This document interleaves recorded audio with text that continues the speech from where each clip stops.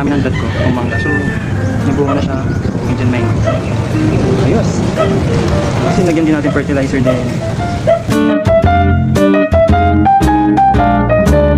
Hi guys, di ba magtatanim ako, sabi ko magtatanim ako ng buto ng mga gulay, so, or kung ano mga laman. Ito, kumuha ako, sakto naglilinis ako or nag-ayos ako ng kulang ng mga alaga akong manok, din kalapate, aso, ito, kumuha na ako ng pataba, ng lupa, ayun ito, para lagay ko sa mga plano, mga recycled plastic, then dun lalagay mga seed, mga buto, yan, mantusawa, madami na, ano, antayin nyo na lang yung video pag in-upload ko na.